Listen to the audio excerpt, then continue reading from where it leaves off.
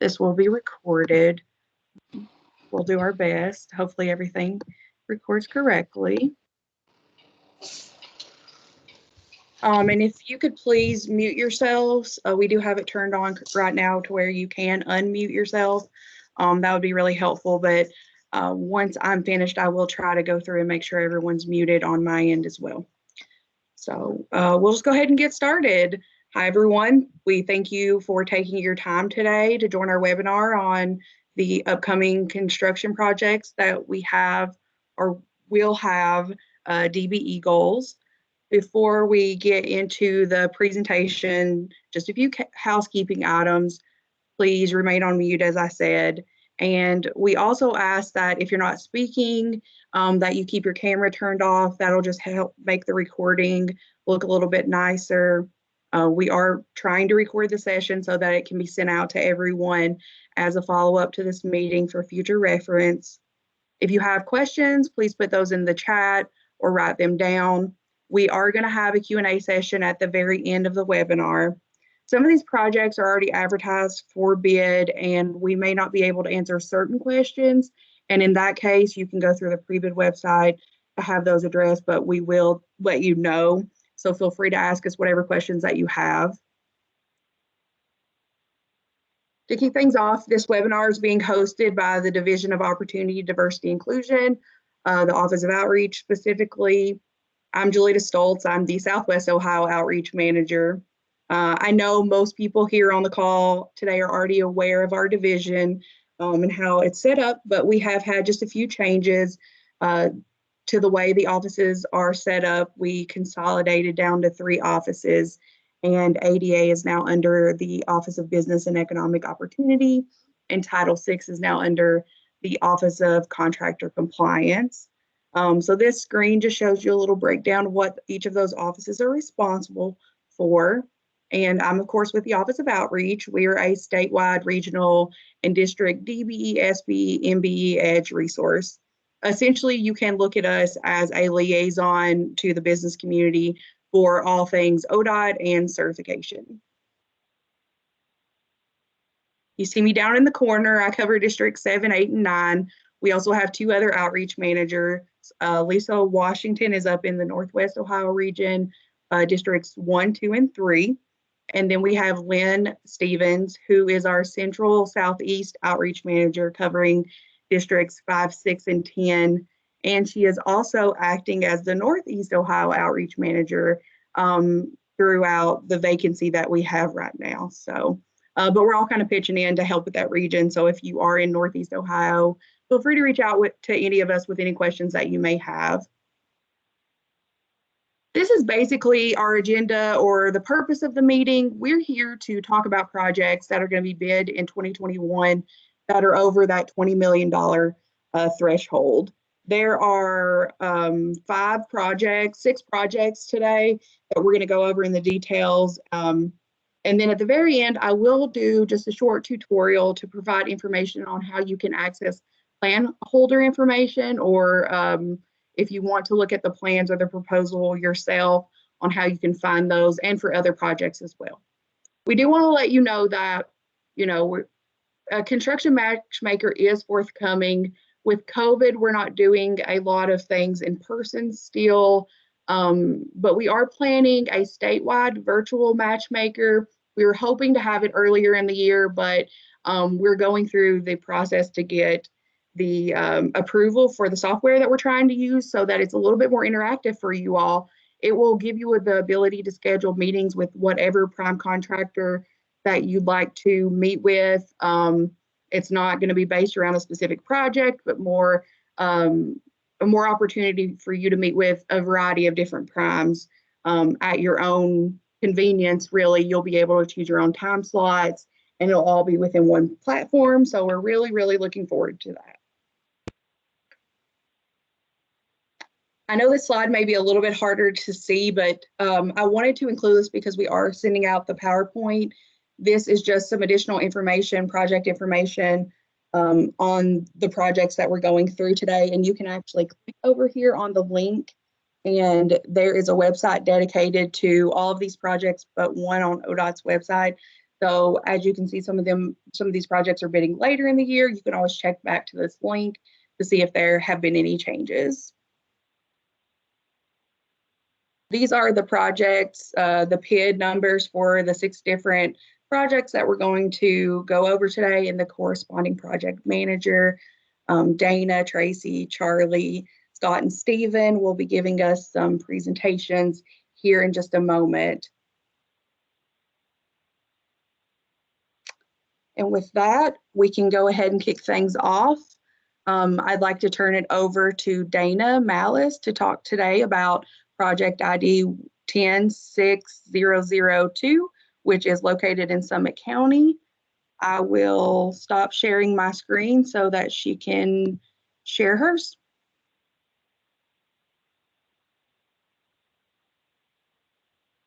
And let me know if you face any difficulty, Dana, and I can always pull it back up on mine. Oh, I see it. Looks good. Okay, great. Thank you. Thank you. Thanks, Stiletta. Good afternoon, everybody. I am Dana Malice with District 4 ODOT. I'm here to discuss the Summit 77, 277, 224 project in Summit County at District 4. This project is approximately about 3.5 miles in length. It's between the Arlington Road interchange and the Waterloo Road interchange. The project consists of full depth pavement replacement and widening of Interstate 77. It also will widen and reconfigure the ramps at the I-77, 227, 224 interchange. Also, we are rehabilitating and widening 2 of the bridges and replacing 1 of the bridges in the project. And the project construction cost is estimated to be about $51.9 million. Here's the project site plan for you, to give you a little more details on the project.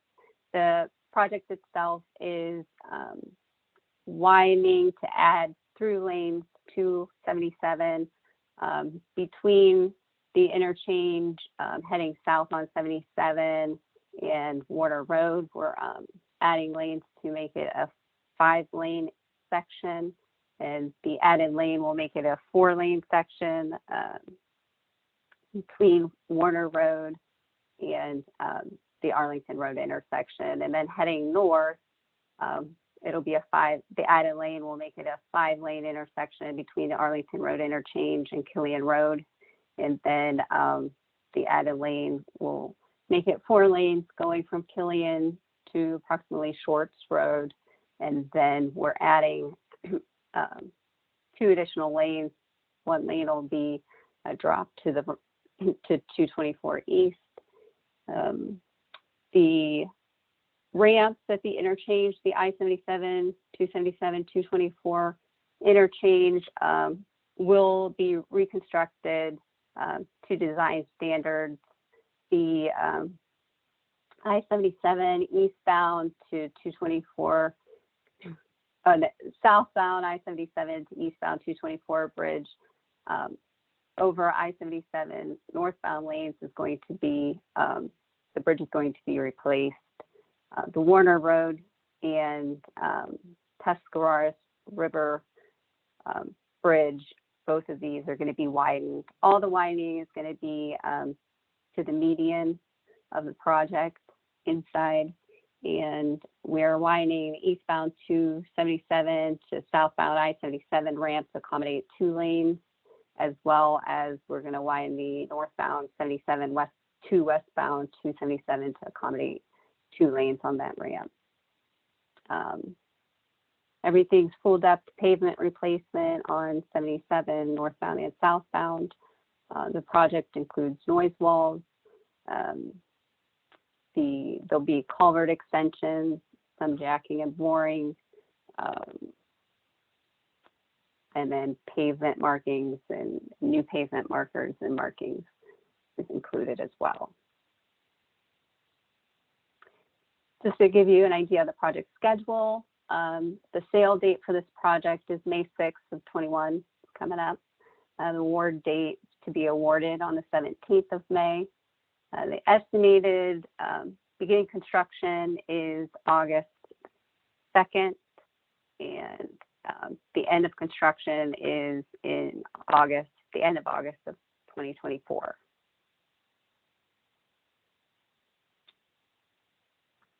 Here are some of the anticipated project work types for the project. There's definitely a lot of excavation and embankment, stabilization, soil stabilization, flexible paving, structural work with the widening and the bridge replacement. We have a lot of drainage work since we are widening to the inside. And we do have some culvert extensions and some jacking and boring anticipated as part of the project. Just to break it down for you, cost-wise per these work types. For the roadway and pavement work type, the estimated cost for the roadway and pavement work is approximately $26.5 million. Includes the clearing and grubbing and excavation, embankment construction, soil stabilization, flexible paving, guardrail, fence, landscaping.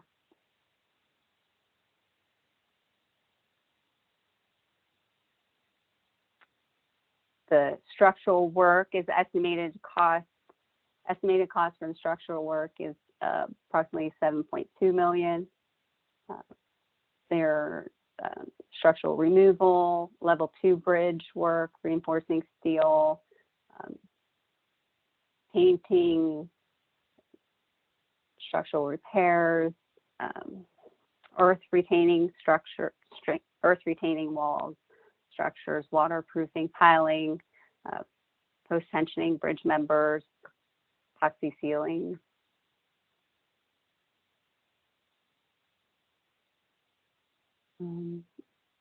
The estimated cost for the drainage and erosion control work is approximately $4.7 million.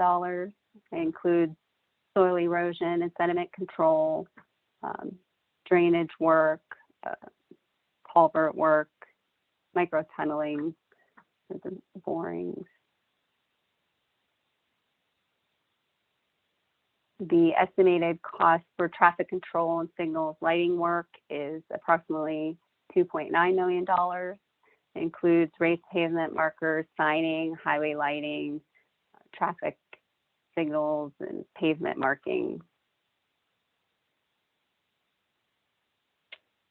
The estimated cost for the maintenance of traffic work is approximately $4.2 million. That includes the maintenance of traffic, the phasing and detours.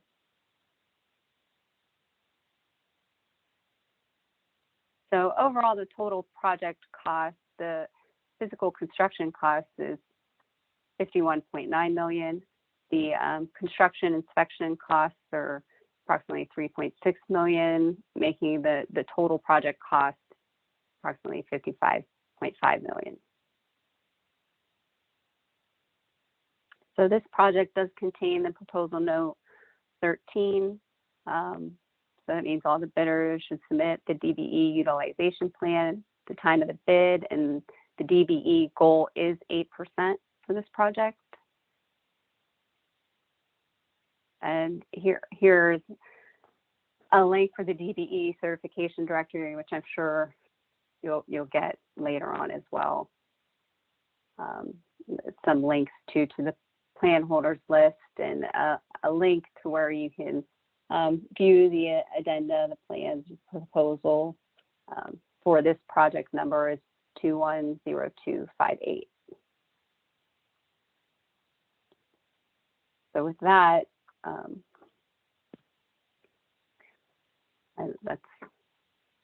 thanks for the attendance. Yeah, thank you, Dana, for that. Like I said, we're going to do questions at the end. So if anyone has any questions, feel free to go ahead and put those in the chat box. and we will address those later on. And at this time, I will go ahead and turn it over to Tracy Greenwald. Tracy is going to talk about PID 93006 in Muskingum County. Good afternoon, everybody. This is Tracy Greenwald. I am the project manager for the Muskingum 70 10.49 project, PID number 93006.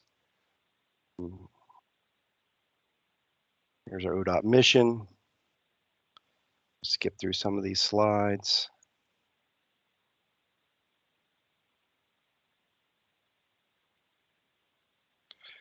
High division of opportunity, diversity, inclusion. Here's the District 5 team members. Jason Sturgeon, he's our District Deputy Director. Julie Gwynn is the Capital Programs Administrator. We got Ty Thompson, the Planning Engineer. Doug Morgan, he's our Design Engineer. Me, Tracy Greenwald, is the Project Manager of this. Audrey Seals will be the Area Engineer on this project. We have Michelle Sidwell, she will be the Project Engineer. We have Justin, he is our Construction Engineer, and Morgan Oberby, she is our Public Informations Officer.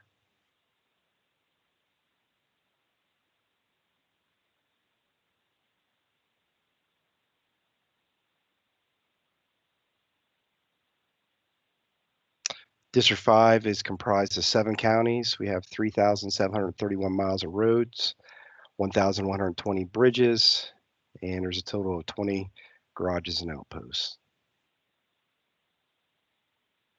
For the fiscal year 2021, District 5's projects there's 39 state projects and 11 local let. Total construction cost is $159 million. Okay, for our project here, the project is located in downtown Zanesville. It goes from the Interstate 70 and 40 interchange and continues all the way down to the Muskingum 93 interchange.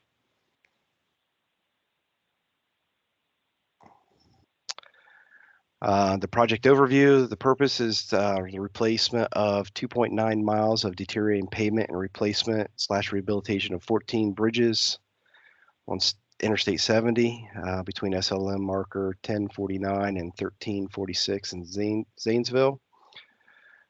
Project also includes 0.84 miles of resurfacing on Interstate 70 between US 40, SLM 1049, and 0.43 miles of resurfacing between SLM 1346 and State Route 79. Project work includes full depth pavement replacement. It's got 4 lanes divided on Interstate 70. It's almost 3 miles. Resurfacing 4 lane divided on Interstate 70 for 1.27 miles. We have 1 structure that will be completely replaced. There are 13 other structures that will be rehabilitated. There is 1 structure that will be removed. There's also going to be replacement of all the roadway lighting, replacement of all the roadway drainage, and replacement of all signals, signs, and guardrail on this project. The project schedule, the sale date is May 6, 2021. Anticipated award date is May 17, 2021. Our construction start date is 7/1 of 2021 with a construction completion end date of October 31st of 2027. Right now, the total estimated project is $80.8 million.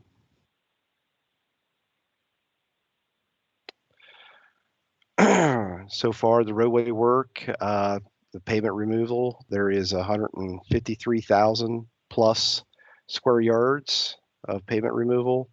There's 63,000 plus feet of pipe removal, 12,000 feet of barrier removal, excavation, 58,000, embankment, 44,000. This project does have cement stabilization, 14 inches. There's 170,000 of that. Guardrail replacement is a total of over 17,000 feet.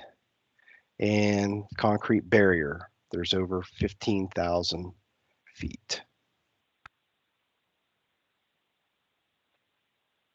Erosion control. We do have some concrete slope protection, around 6,000 square yards. There will be topsoil on this project of over 4,000 square yards, seeding and mulching, and slope erosion protection. All the erosion control is around $1.2 million.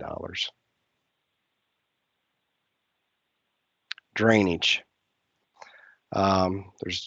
There's almost 94,000 linear feet of under drains.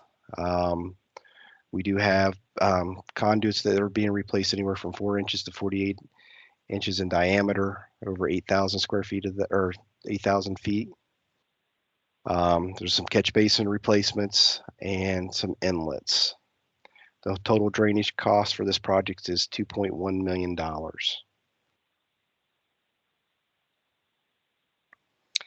Pavement work.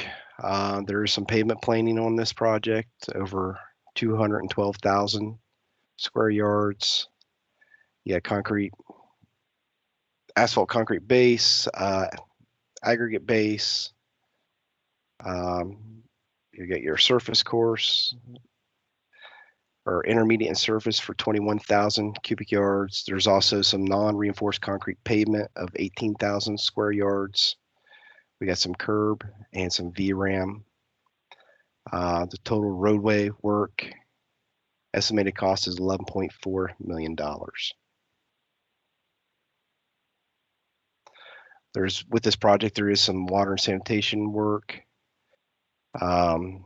There's a water main, got 40 feet, sanitary pipe at 300 feet. There's 4 manholes, and there is going to be a 36-inch steel pipe board or jacked for 265 feet. This estimated work is $0.2 million. For the project, there's lighting. There's around 136 light poles.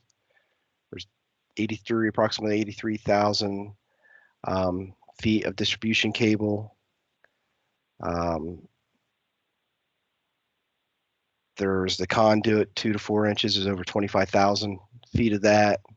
There's 228 luminaires, and there's about 11,000 linear feet of trenching. The estimated lighting cost is $2.2 million.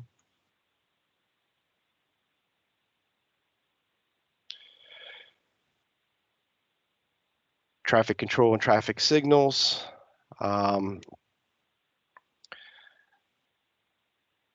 You have 2,570 feet of ground mounted post. There's 1,323 feet of mounted structural beam. There's 4 overhead sign supports. There's over 2,000 square feet of flat sign sheet. You got 3,600 square feet of ground mounted extrusion signs. There's almost 3,600 square feet of overhead extrusion signs. And your wet reflective lane lines here is almost 30 miles. There's only one mast arm signalized intersection. The estimated cost for all traffic control and traffic signals is $1.8 million.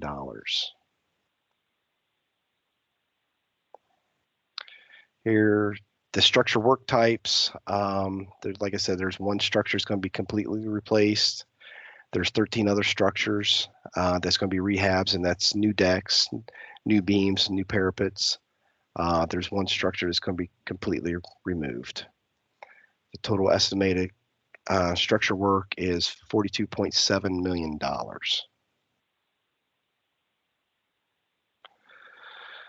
Maintenance traffic for this project.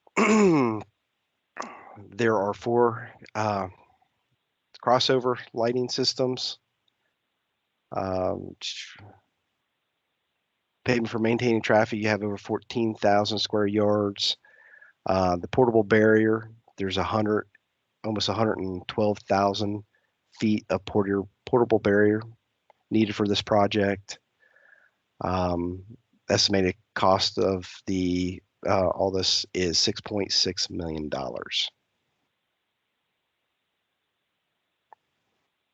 The DBE goal for this project is 11%. Here's some links to all that information.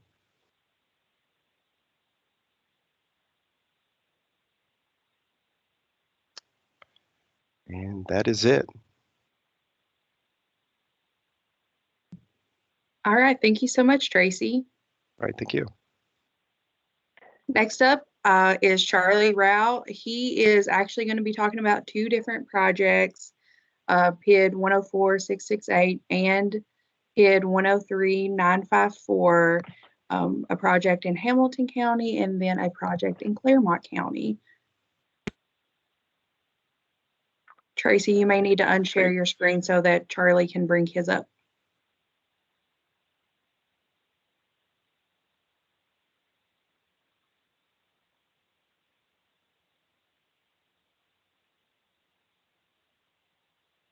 All right, we should be up. Can you see me?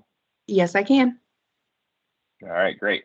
All right, my name is Charlie Rao. I am the project manager for these next two projects we're going to talk about. First is I-74-75 interchange, Mill Creek Expressway Phase 5B. So let's get going here. All right, so essentially this was one large project a long time ago. Then funding got cut short, got changed around. So we decided to sell it in two projects. First project, 5A, is already under construction. Hopefully it'll be wrapping up next year. So 5A was primarily all the work on 75. So we added lanes on 75, got the 4 continuous lanes basically to connect the Hopple Street project to the south and the slide might show it a little better. Hopple Street to the south, and then the Mitchell Avenue project to the north. So 5B, part of the primary goal for 5B is to make the southbound 75 connection, hopefully you can see my mouse, to westbound 74. And there's multiple bridges that are being rehabbed on 74, along with widening to allow for the ramp and braid to come in. Essentially what's going to happen is southbound 75 to westbound 74 is going to fly over the railroad track over the Mill Creek and be an add lane on the median side of westbound 74. And then northbound 75 to westbound 74 will essentially go under that ramp and come in on the right side. Originally, total project was around $170 million.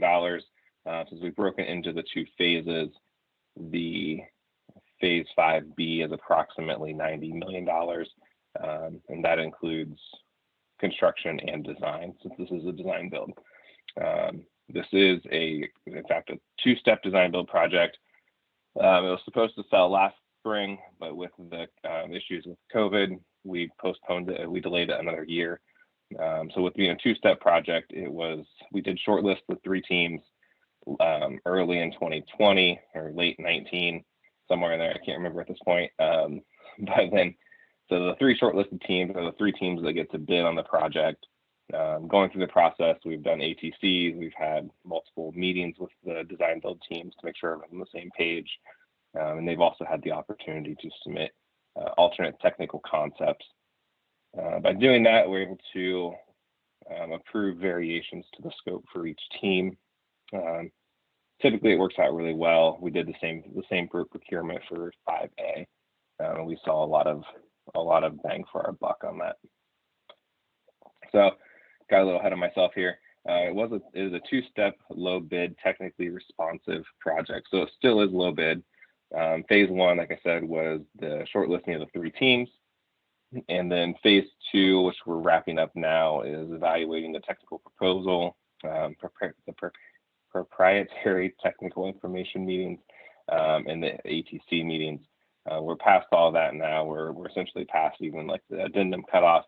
So the 3 teams are wrapping up their bids and their tech proposals that they have to submit. So when they submit here on May 21st, they are submitting not only their bid, but they also have to submit their technical proposal. And then we have to evaluate that to make sure that it meets all the requirements and would be a pass. That's our goal, is to make sure all 3 teams have a technical responsive proposal, and then we would open the bids and the low bidder would get the project. So that being said, there is a lot of work on this project. Obviously, with $80 million in construction, about $10 million in design. We are looking at all kinds of work, a lot of bridge work, earthwork, widening. We have MSE walls. There's going to be work in the Mill Creek. I'm going to skip ahead here. So a little better image. The new ramps are going to come down, come over the 3 existing rail lines. So we're going to have abutment work. There's a large bridge that crosses the Mill Creek, crosses the railroad, crosses the Mill Creek. There's most likely going to be a pier somewhere in the Mill Creek or right next to the Mill Creek. So we're going to have causeways, environmental impacts that are going to have to be dealt with. And then we're squeezing it basically right between the substation and the existing highway for the 2 bridges to fly over. One coming in the median side, and then in this small area here is where the rest of the right side bridge would fly in. The existing structure here would be the two lanes from northbound 75 to westbound 74. They'll get shifted around a little bit, but they'll be on that existing structure for the most part, we believe. So this kind of shows a few of the other obstacles that we're sneaking this through. You can see a large transmission tower here and here. We have had Duke doing relocations it's been ongoing for about 2.5 years at this point. It's about a $15 million relocation for these 2 towers. There's a couple towers to the north that are also impacted just due to the height changes. Essentially, this transmission lines, really 2 sets of transmission lines. It's like a 79 kilovolt maybe and 139. Those numbers may be a little off, but they're pretty close. Basically, something that would kill you pretty quick if you got in the wrong place at the wrong time. So they did raise both of these up to 195 feet, which is as high as we can go without having flashing lights on top of the towers. So they also not only had to replace these 2 towers, they also had to do some work over in the substation to get it back down appropriately and into the substation. So lots of work there going on over the past few years, and while the 5A project is going on, and then now the 5B project getting ready to start. So on this slide here, the RFP was issued, the request for proposal was issued on January 7th to the 3 shortlisted teams. Technical proposal is required to be submitted on May 21st. Essentially, that's the bid date for this procurement. So with that technical proposal is also their bid. After we verify that the proposals are responsive, we would then open the bids. Announcement of the apparent successful team would be June 1st. That gives us a couple weeks to just review the technical proposal to make sure everything is there. And then they would be awarded there soon after to meet the fiscal year 21 cutoff. The project has an interim completion date of 9/1/24. That would include everything except for surface course, bridge painting, and permanent pavement markings. This project will also have the wet reflective pavement markings on it. The final completion date is 6/15/25. So while it is a lot of work, we also have a lot of time in the schedule. Part of that is due to a couple of high risk issues that we know. Obviously, the Duke transmission lines that we've talked about, but also the 3 rail lines. And technically, there's room. We have to leave room for a 4th future rail line, which has caused a little bit of heartache. So we have to deal with CSX, who owns the property, and then NS, the rail company, operates one of the lines. So we're dealing with 2 companies. And these aren't just 3 ordinary lines. They go down into the 2nd busiest rail yard in the United States, supposedly the busiest rail yard. It has about 70 tracks wide, So it's supposed to be the busiest east of the Mississippi. So between that, the Duke, and then the last big obstacle is the Mill Creek. So we're very familiar with our 404 and 401 permits to work in the waterway. The Mill Creek in the past years has had federal civil works dollars put into it by the Corps of Engineers to perform various grading and erosion control activities. So anytime now that there has been civil works money into a stream or something by the Corps of Engineers, we now have to get what's called a 408 permit. The 408 permit is anything within 50 feet of the civil works project. So if they were grading all the way up into here, that's 50 feet farther. So we're definitely getting into that permit, and those permits take upwards of 18 months to get. So there's time built into the schedule for that as well, in addition to the design. So we don't expect any construction to start until 22, summer of 22 on this project at the best. Next up is Claremont 32. This is Eastern Corridor Segment 4A, the Appalachian Opportunity Corridor. PID 13954. So a little back history on Segment 4A.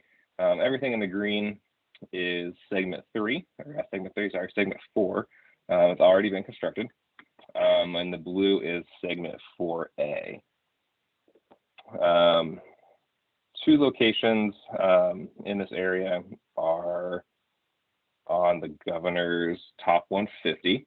So these are the intersections at Glenestee, Withensville, and 32, and then at Fayard and 32.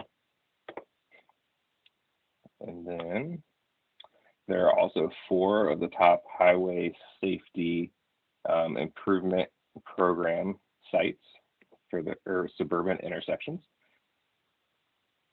There is also 9 of the 200 highway safety improvement suburban non-freeway segments. When I'm saying the top 200, I'm not saying it's 198, 199, and 200.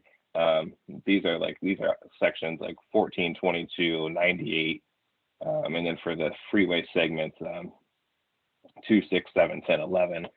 So these are some really low. The lower the number, the worse the intersection. So these are some really, really bad, heavily congested, high accident areas that are in this group of projects that are going to be sold. Part of that is due to intersection delay. There are 3 intersections, 3 primary intersections that we're going to be dealing with. The first is Glenestee, Withensville. The next one is Buxton, which is this red circle. And then in the far east side is the old 74. So each of these intersections, if we don't do anything, we're going to see delays from 300 up to 300 seconds. 80 seconds is considered failing. Just to kind of give you an order of magnitude. In addition, the economic impact for these projects, Claremont County, they're expecting to see $450 million in private real estate property investment throughout the corridor in just Claremont County, if we can get this congestion, this bottleneck fixed. Part of this project to get funding for it was to reach out and get letters of support. We got letters of support from U.S. Senators Portman and Brown, Representatives Winstrup, Shrivers, and Johnson, Ohio Senators, Ohio Representatives, and then each county that is pink also sent in letters of support for this project, all recognizing the magnitude of this bottleneck to get to Cincinnati and the positive impact that it would have on their communities. I mean, as far east as Jackson. So there's lots of support, which is why we were able to leverage the money for the project. The project itself is multiple phases. So Eastern Corridor Segment 4A was broken down into, I think, 11 phases. Phases 1, 2, and 3 are already constructed. PID 103954 is constructing phases 4, 5, and 7. So it's going to be a part 1, part 2, part 3 project. We normally do part 1 and part 2, so it's a little bit outside of the box for what we do, but it made sense. So phase 4 is considered from this intersection here at Klepper and existing Buxton, the new road. So it's a whole new road all the way over to Marion Drive. We had to do this due to the location that was optimized for the new interchange. So phase 5 is the new actual interchange with State Route 32 and New Buxton. So it would go from Marion up over 32 to Old 74 on the north. That also includes the ramps on and off of 32. This will be a full interchange. And then phase 7 of this project is the westbound third lane on State Route 32, which starts from this ramp here going west all the way over to 275 essentially. By getting these projects done and constructed and built, we are able to remove all 3 traffic signals on State Route 32 that are causing the high rankings for the safety programs and to eliminate that delay. So essentially, from 275 going east through this corridor, the next traffic signal is about 5 miles down the road from here, which is great. Really open up the corridor. These projects include pretty much all work types. I mean, we're building new roads, we're widening existing roads, we're adding concrete barrier down the middle of existing 32. We have MSE walls for the ramps, tons of grading. There are some noise walls, I believe, on the far east side of the project, just off the screen. And then obviously all of the traffic signal removal, the new traffic signals on the interchange. And this project is, for construction estimate, is around $35 million. The plans will be filed in July, and we expect it to be sold on December 2nd, I think was the date. So I think that is the end of my presentation. All right, thank you so much, Charlie. Next, we are going to turn it over to Scott Katunzi. I'm going to say that wrong. I apologize so much. Everyone says my name wrong as well. Oh, I know how that is. That's fine. Totally understand. That's Scott Okunzi. I'll go ahead and share my presentation. Thank you so much. Sure. All right. Can you see that? Yes, I can. All right, great. You may want to put it in slideshow mode at the top. Yep. Okay. Yes. All right. So, hi everyone. My name is Scott Okunzi. I'm a transportation engineer with ODOT District 3. That's North Central Ohio, 8 counties.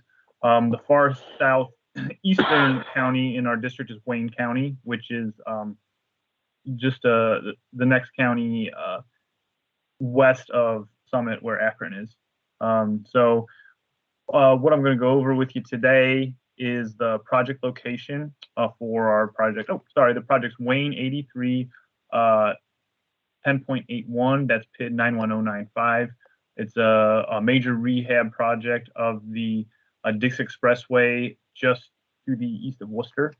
So I'm going to go over that project location. I'm going to go over the project staff for the project. I'm going to give you an overview of the project, including work types and kind of hit the highlights of that, as well as a schedule. Just a quick DBE overview, which most everyone else has already gone over somewhat. A little bit of information about the design build project, which this one is. And then, well, again, questions at the end. So here's the project location. Here's Worcester, Ohio. To the east of there is Massillon and Canton. And then Worcester is right in the middle of the map. And it's that expressway. It's a 4-lane divided highway running on the east side of Worcester. So getting into there a little bit, turn the map on its side. So north is now facing to the right. So again, it's a 4-lane divided highway. The orange part is a full depth pavement replacement, which includes the entire mainline pavement, as well as most of the interchange ramps at the 3 interchanges within the project. So that'd be US 30 is there on the bottom of the screen. And then State Route 585 is just to the north of that. So all those ramps as well. And then Cleveland Road, which is also State Route 3, north of State Route 83. those ramps as well. And then again, that yellow, you might be able to see that yellow resurfacing up at Cleveland Road. That is part of the urban paving program, which is getting included with this project. So mostly full depth replacement, a little bit of resurfacing. And then you can see north of Cleveland Road, the freeway transitions to a 4-lane arterial up into the north end of the project by Friendsville and Milltown Road. At that point, it's just a signalized corridor, a surface road commercial corridor. So it includes that section as well. So the project staff, the project engineer is going to be Megan Feller. The construction area engineer is going to be Eric Calvert. The district construction engineer is Mike Fair. And then I'm the design project manager. So going over a little bit of the history of the project. So this is a design build, so there's no construction plans currently. And this expressway was built in 1966, full depth concrete pavement, and pretty much stayed that way until 1994 when some additional ramps were built at Cleveland Road. In 1996, there was a median traffic island. It was replaced with median concrete barrier, as well as drainage structures upgraded in the median. 2004, there were 2 US 30 projects. One was a new construction and one was a reconstruction. They upgraded some of the ramps at US 30, built some new ones, removed some as well. And then in 2012, there was a major concrete pavement repair project. Signs were replaced in 2014.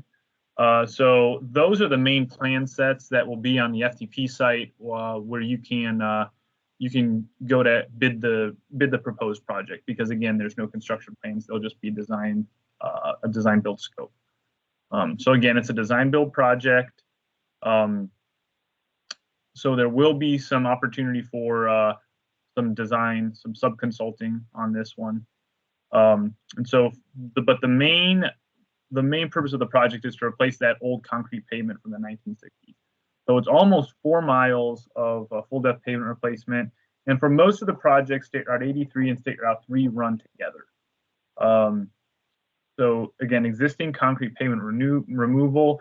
Another big part of the pavement here is the mix is going to be a highly modified asphalt. So that's the performance grade 88-22. And another part of the project is going to be testing perpetual pavement. And so there's some research included with this project, and I'll get into that a little more later. The ramps, however, will be full depth concrete pavement. So the main line, State Route 383, is full depth asphalt. The ramps are full depth concrete. And again, the pavement research. So working with Ohio University and the Office of Pavements, there will be 6 1,200-foot long test sections of the right lane and shoulder. These will be variable depth, variable mixes, some of them including the PG 88-22, some including more typical mixed designs, as well as thicknesses, different aggregate base thicknesses, as well as base, surface, and intermediate. Those, we haven't nailed those down yet. OU's still running some tests, but that will be, it will have to be included with the scope as part of an addendum. So that's one thing that's a little different on this project, is that most of the project will be all the PG 88-22. However, there's 6 1,200-foot sections of the southbound right lane, which will have different pavement mixes, as well as some monitoring equipment, and I'll get into that. And then again, a short resurfacing section of Cleveland Road, that's State Route 3, just north of State Route 83. For roadway work, the existing concrete medium barrier is to remain. We went out and determined it's in good enough shape to remain in place. So you will have to saw next to the existing footer and replace the pavement, but keep the footer and a barrier wall in place. So you can see those are from the plans from the 1990s. That section in the middle there, it shows that 3 foot. It shows the barrier wall and the footer that remains. Everything outside of that gets replaced. All guardrail on the project will be replaced. And there's also some geometric safety improvements included. We ran an analysis of some of the geometry, found it to be insufficient. So there are some ramp improvements that need to be made. These are all very minor. Some sight distance improvements, a couple merge paper improvements, and then the northbound State Route 83 to State Route 3 exit ramp configuration is also changing. So again, those are all spelled out in the design build scope of services. And we also have a design exception report, which has more detailed plans of what that's going to look like. So, but it will ultimately be up to the design build team to do the final design for that. Drainage on the project. Okay, so this is a plan sheet from the 1994 set of plans. And so I'm going to go through kind of the general scope for drainage. So any existing surface drainage or any existing basically shallow pipe conduit will be replaced on the project. So you can see there's some those are drainage from the 1960s that ties into the median. When they replaced the median barrier in the 90s, they only replaced the median drainage structures, but not the existing conduit from 1966. So we'll want to replace all of those. But the median structures will remain. However, there will be a contingency quantity in case those are damaged or you do run into some problems tying it in. There will be a small quantity to replace some of the median inlets. And then most culverts remain. So there are some culverts that go all the way under State Route 83. They're a little deeper. We've inspected all those along with the city of Worcester and found most of those to be in good shape, but there are a few that will need to be replaced. Structure work. The short story here is there's not much structural work on this project. There's a little bit of deck and approach slab patching, installing a new vandal fence on State Route 585, and then repairs to, so that's State Route 585. You see vandal fences on the one side, the other side doesn't have any, so that'll be retrofit to include a vandal protection fence. And then there will be repairs to the top of the box culvert on the loop ramp. It's actually adjacent to that bridge. So you can see the cross section of that ramp down there. You'll excavate to the top of the ramp, do some top of the box culvert, twin cell, patch and waterproof the surface, and then put embankment back on top. But that's pretty much all the structural work on this project. Traffic control. We worked with the city of Worcester we're going to provide wet reflective pavement markings on this project. That's typical of any new multi-lane highway that ODOT maintains. We're putting down wet reflective pavement markings. That will be part of this project as well. Again, most signing that's out there right now will remain and not be disturbed. There are a few alignment changes. I talked about the interchange reconfiguration at State Route 3. Those guide signs will have to be replaced. However, the intent is for most of the signing that's out there right now to remain in place. Again, this is a picture of what State Route 83 northbound of State Route 3 looks like. That'll change. Right now, you can see there's 2 lanes on State Route 83 and 2 lanes on State Route 3.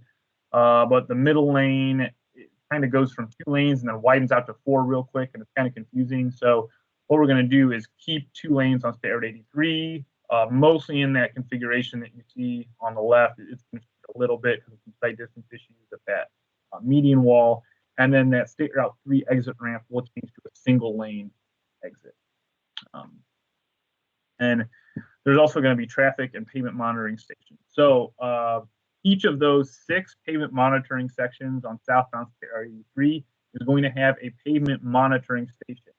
So how this is going to work is the DBT is going to install a pole box and some conduit, as well as a rack similar to what you'd use for a lighting control center at each of the pavement test sections. And then the Ohio University research team will come in and install cabling, strain gauges, and hookups in the pole-mounted cabinet to a generator and their computer equipment. So it's going to be kind of a partnership between the DBT and the research team. Also, the new traffic counter is going to be installed in that test section. Mostly that's going to work the same way. There's going to be some conduit and pull boxes installed by the DBT. Then traffic monitoring will come in and use their contractor to cut their loops and install cabling and wrap that all up. And again, that is more spelled out in the design build scope as well. Maintenance of traffic, again, this is contractor designed. This is a pretty low volume for a 4-lane freeway, so we are allowing traffic to be reduced to 1 lane in each direction on the main line of R83. Each ramp will have a detour that's allowable duration. Those, again, are spelled out in the scope. They range between 30 to 60 days, with some longer ones for ramps close to the pavement test section. Drop-offs will be protected with portable barrier. And then, again, design build team to design their own maintenance of traffic plan. Some other project information. Luckily, we are not anticipating any utility relocations or right-of-way acquisition. So hopefully the DBT will not have to worry about any of that. There's a waterway permit for those culvert replacements. It's still in acquisition. We're pretty confident that that will be wrapped up by the time the project advertises. And then the DBT will submit their notice of intent, co-permittee form, to the Ohio EPA for all their earth disturbed activity. And there's also a railroad agreement for the Norfolk Southern overpass. However, there's no work associated with that structure. And the schedule is it's scheduled to advertise on June 10th of this year with a sale on August 12th. And then once the project sells, it's anticipated that design will go over the winter 21 into 2022, and mainline construction will begin in early April of 2022, and then construction will end in October of the following year. So the proposal is not complete yet, as this is still an estimating, but bidders will submit their DBE utilization plan with their bid. Again, there's that link to their DBE certified firms, and we don't yet have a DBE goal for this project. Some of the expected work types in the project, again, associated with the roadway and grading work or clearing and grubbing, roadway and embankment construction, grading, soil stabilization. This project will be have global chemical stabilization as well, and temporary soil and sediment control, aggregate bases, and then associated with paving, you've got flexible paving, rigid paving, planing, sawing, rigid pavement removal. There could be a little bit of reinforcing steel with that culvert and possibly some barrier wall sections, and then some structure repairs. Again, you're going to have a little bit of drainage in there, and on the roadway side as well, some guardrail attenuators and fence, and some miscellaneous concrete, maintenance of traffic, waterproofing, RPMs, and then there will be some signing. There's one there's one highway lighting tower that will have to be relocated, replaced near the US 30 interchange. So there is one highway lighting. Traffic signals. There might be some traffic signal head relocation work, timing changes that'll have to be made with the MOT plan, but no permanent traffic signal work or replacement. Again, pavement markings, and then landscaping, so seating and trucking as well.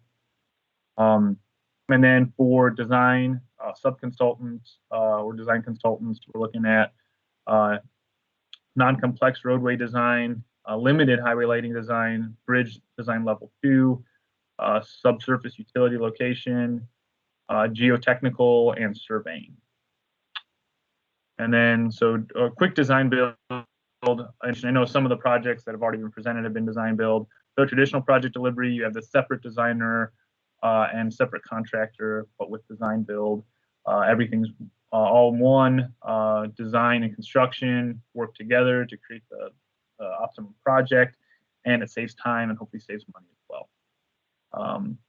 Again, you get the cost savings, it's faster, and this is a least cost design build project. So some of them, I know in District 4 and District 8, they had short listing. This will not have a short listing.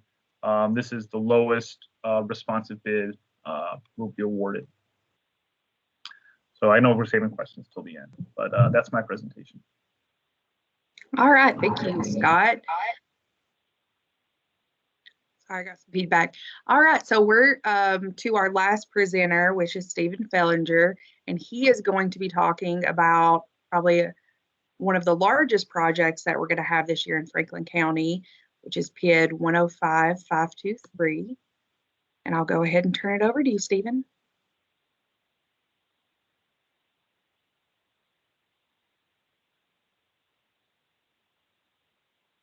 We can't hear you.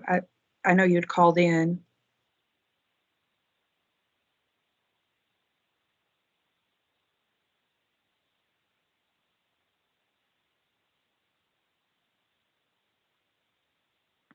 If you called in, hit *6 on your phone.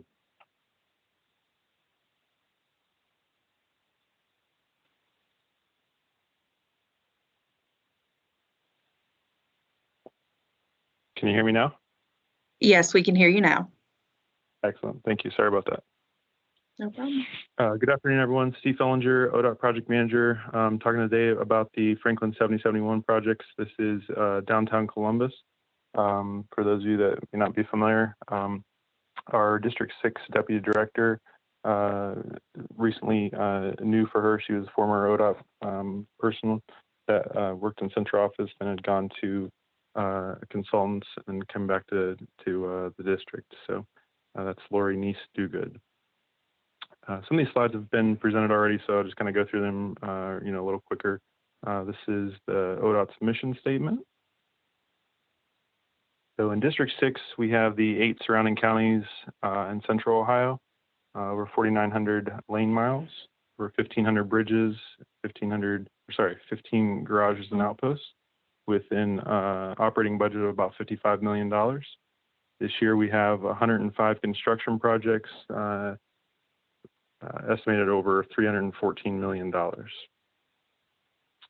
Like I said, I'm the ODOT project manager. Zach Amna will be our ODOT construction engineer. Chris Lazier with GPD is the Part 1 project manager, and Leslie Montgomery with MS Consultants is the Part 2 project manager. So this project overall is actually 19 phases. We're in about phase 8 of that 19 phase project. Total overall value of $1.3 billion. The two I'm talking about today are what we're calling the 4R and 6R projects, which are going to be a Part 1, Part 2. We had these separated out previously. The 4R project was supposed to sell last April, but because of COVID and other reasons, it got pushed out. And back in January, it was decided that to advance the 6R project and combine the two. So kind of a closer up picture. What you're seeing in pink is the 4R portion, the Part 1. It's the eastbound direction coming into the downtown, and the green is the westbound Part 2. That's the westbound going from out of the downtown to 71 south. Overall project cost is estimated around $215 million. And what you're seeing in yellow there are all the bridges, so a very bridge-heavy project. The Part 1 portion is about $112 million. The idea behind this is basically that reducing the number of lane changes, preventing as much as possible overlap, keeping 71 to the right side, I-70 to the left. So this is the eastbound before and after, you can see. And likewise, in the westbound direction, the Part 2 is about $103 million. Again, keeping that 71 traffic to the right and I-70 traffic to the left.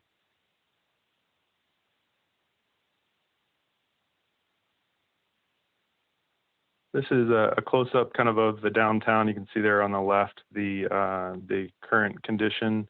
The Front Street goes north-south, and Fulton is the road to the east there. You'll notice that the way the cars are parked, that road is a westbound direction there on Fulton, and we're changing it to an eastbound.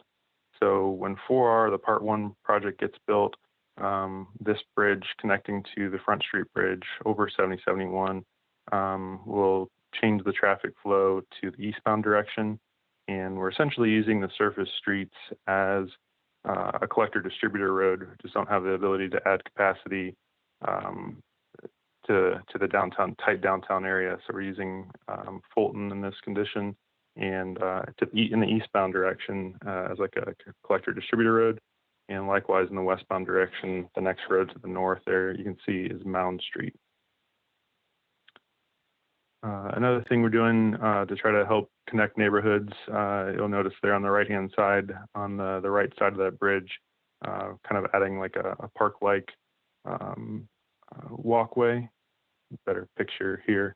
This is looking north on that Fulton and Front Streets. Just provides a little bit better connectivity for pedestrian traffic. This road previously was northbound only, and it'll be switching to both directions.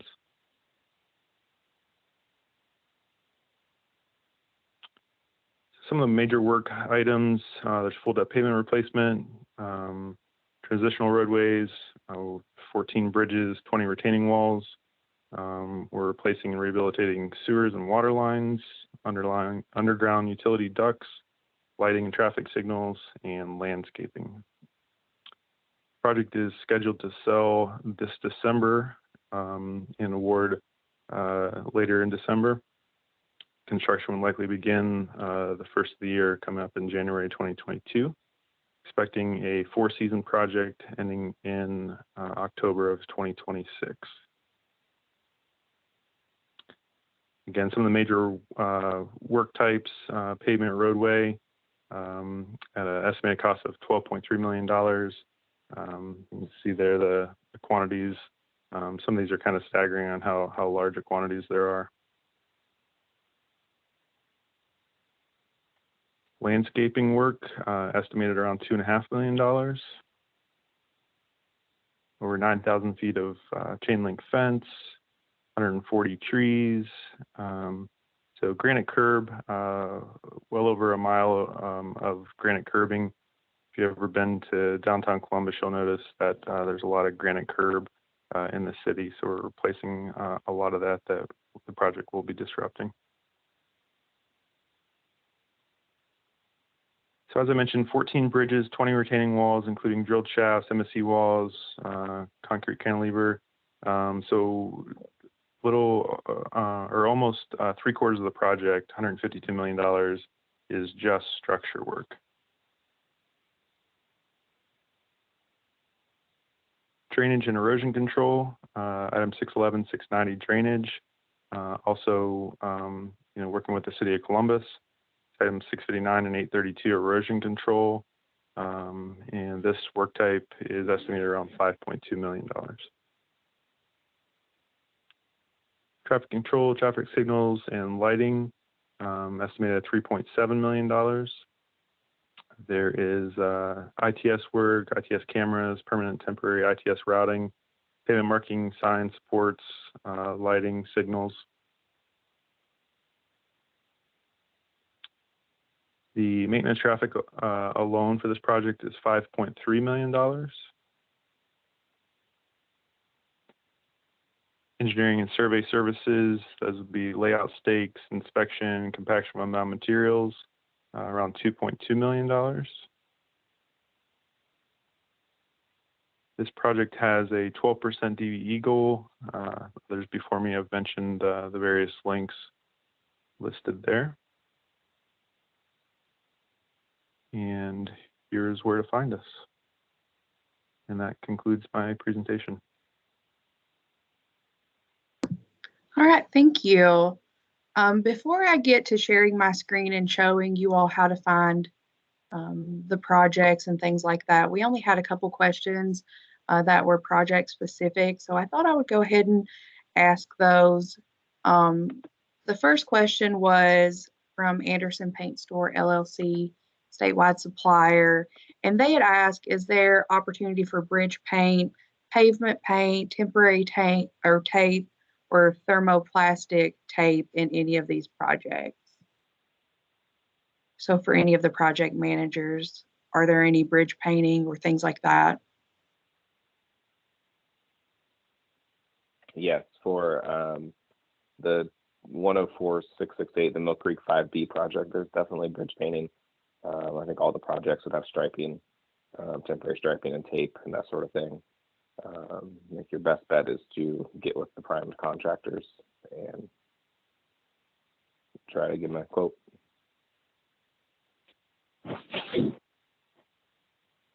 This is Tracy Greenwald, the Muskingum 70-93006 project. It does have a lot of bridge painting on it as well. There's the big Muskingum River Bridge. There's several bridges that will need painted. So yes, there's opportunity with it as well. Okay, great. Anyone else?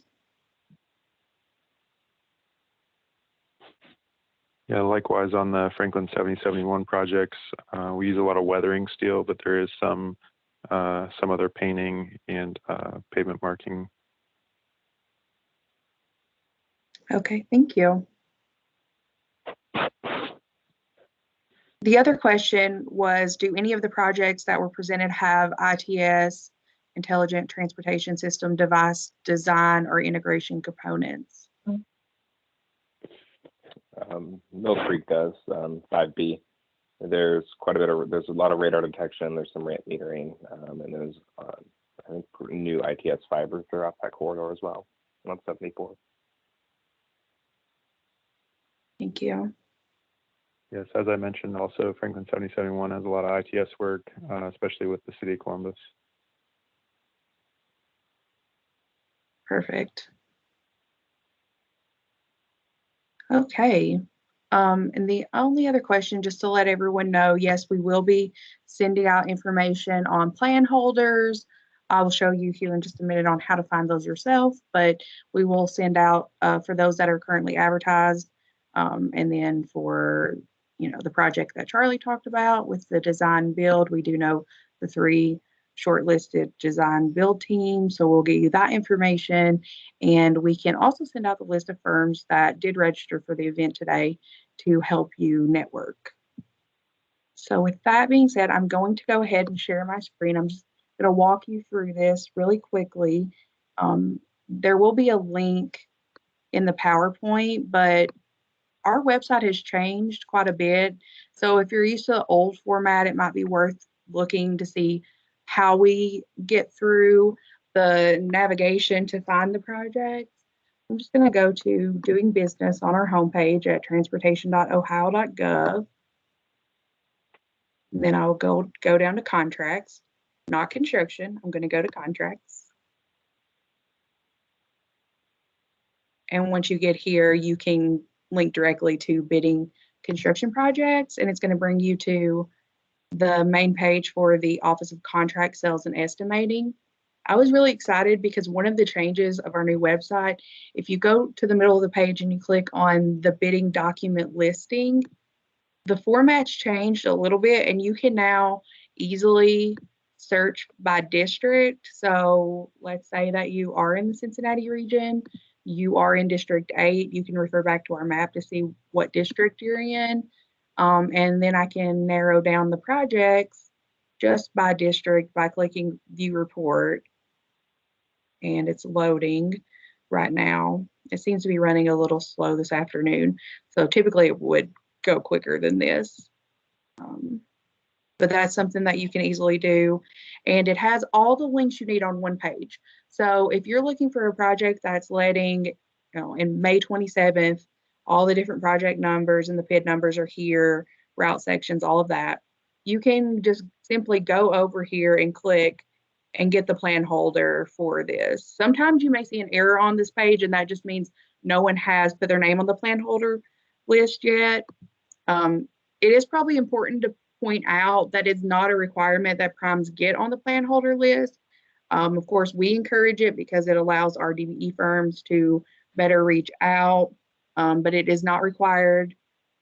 So there is a possibility that somebody who is on a plan holder list may not necessarily, or may not be on the plan holder list and then put in a bid.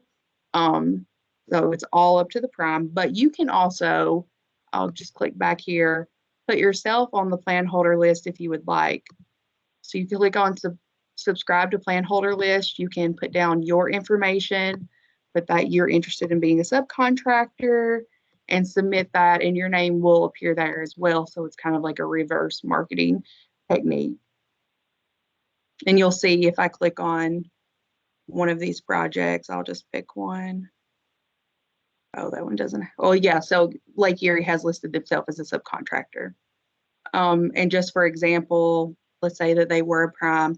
They do have now their phone and their email address that you could reach out to if it were a prime and you wanted to put in a bid on a project. And then once again, you can click directly on to find the proposals, proposal document, which will have all the requirements for the project, the different proposal notes. It does have a description of work types in the proposal. And then you can click directly over here to find the plans to help you better determine, what kind of quote you would like to put in. So I'll close out of that. I'd be happy on this call to show you guys any links that you may not know how to find on our website or something that you think might be helpful.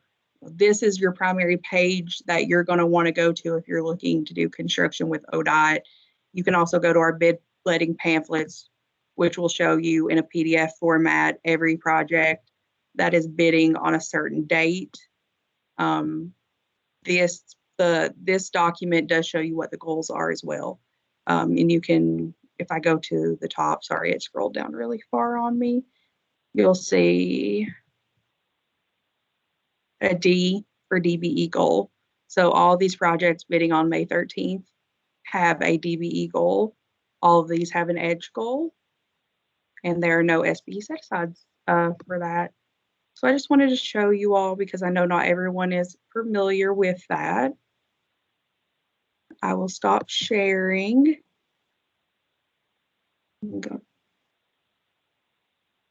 Let's see. So Anderson Paint Store is their goals on pavement marking. So the way that goals are set on our projects, we don't have a goal necessarily for a specific work type. The goal is set on the project, and then it's really up to the prime contractor to determine how they're going to meet that goal. So if you can offer that service, then definitely reach out to the prime, let them know that you're certified. You can help count for the goal. And then it's kind of in their hands. We can't say that, oh, you have to use a certain amount toward trucking or painting or this or that. Does anyone have any other questions?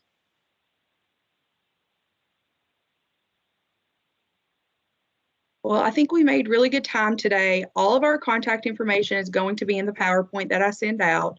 I will attach that separately because the slides together, I think, are about 100 pages. So it's a lot of information, but we'll get all that out to you pretty quickly before the end of the week, along with this recording. And if you have any questions, you can reach out directly to me and I can help connect you with the project manager. Or if you have any questions in general about doing business with ODOT, feel free to reach out to me or your outreach manager. That's what we're here to do. We're here to help you. And then, of course, if you ever have any recommendations or suggestions on types of workshops that you would like to get from us, we're always open to hear that as well. Laura, I see your question about being able to reach out and offer DBE drug testing services to all the contractors bidding on the project. I know we talked the other day. Yes, you can reach out to them to let them know that you provide that service. I know I owe you an email with some additional information about some of the other agencies that you may be able to do that for, but when we do the follow-up email, you'll have the contact information of those that are bidding on the first few projects. Some of the projects aren't advertised yet, so we don't have plan holders at this time, but that's one of the reasons we want to provide you with links. And then hopefully later on at our virtual construction matchmaker, it will be before some of these projects are bid in the fall winter time. We may have more details on who is planning to bid on those projects. So we'll do everything we can to keep everyone in the loop on those, because we're always trying to connect our DBE firms with primes, especially on our projects that are over $20 million. Okay, that looks like that's it. I do appreciate everyone. I definitely thank you to the project managers for taking your time to put together these presentations and give us all this information. I thought it was really good. I definitely learned a lot, and we definitely appreciate our DBE firms for jumping on and staying with us. I hope everyone has a great rest of their day and enjoy the nice weather. Bye.